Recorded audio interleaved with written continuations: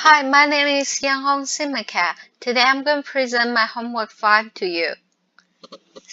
In network2.py file, first I modify the cost function quadratic cross entropy. In cross entropy cost function, the class, I modify the derivative of the function and the function of cross entropy cost. Then in the class log likelihood, I add the function of log likelihood and the derivative of the function.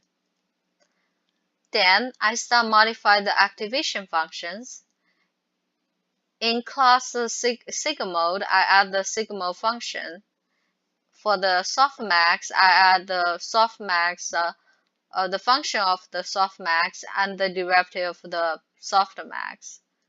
For the hyperbolic tangent, I add the function and the derivative of the hyperbolic tangent function. For class rectified linear union, I add the function and the derivative of the function. Then I start modifying mean network class. For the hyperbolic tangent, I modify two functions, init and set parameters.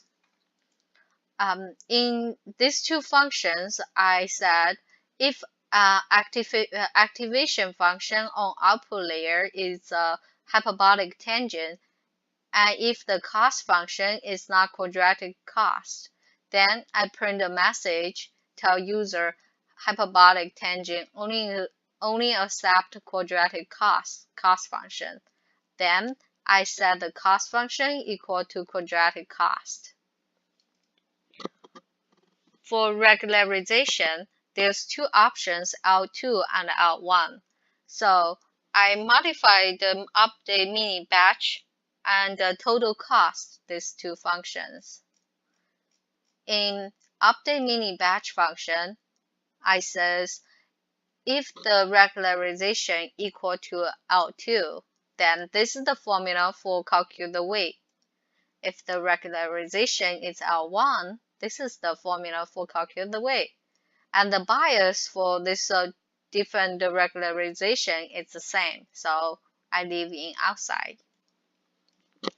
For the dropout, because the parameter specifies the percentage of a dropout and the value is between 0 and 1, dropout consists in random setting of fraction rate of input unions to 0 at each update during training time to prevent overfitting.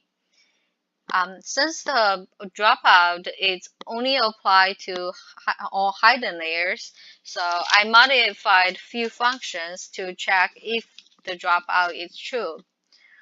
So first, I modify in init function and set parameter functions. I said if the dropout percentage is not equal to 0, then I set dropout equal true. Then I create a list to store dropout layers. Then in the feedforward functions, feedforward function will return output of the network if A is the input.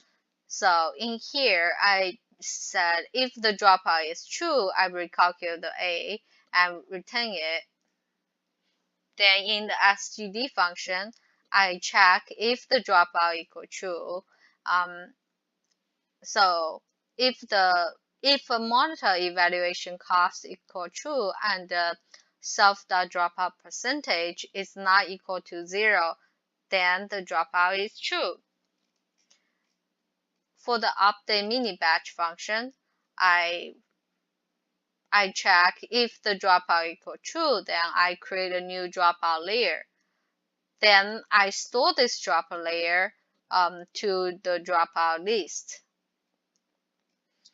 Then in the backprop function, I check for if the layer is output layer or hidden layer, because dropout only apply to hidden layers. So say if the dropout is true, then I calculate the activations. Then I restore this activation to the list of activations layer by layer. Now I'm going to show you my code working correct. First, I restart the whole program. Now I'm going to run all, and everything runs correct. And the answer is matched to professor's results. So for experiments 1 to A, the regularization is none and the dropout percentage is 0. They all match the results. Then for the experiments 9 and 10, this regularization equal L2 and L1. It matched the professor's answer too. So for the experiments 11, its dropout percentage equals 0.1. Since they are random, so the results are different. Same thing in 12. The dropout percentage is 0.5 and the results is random, so it different compared professor's results. Thank you.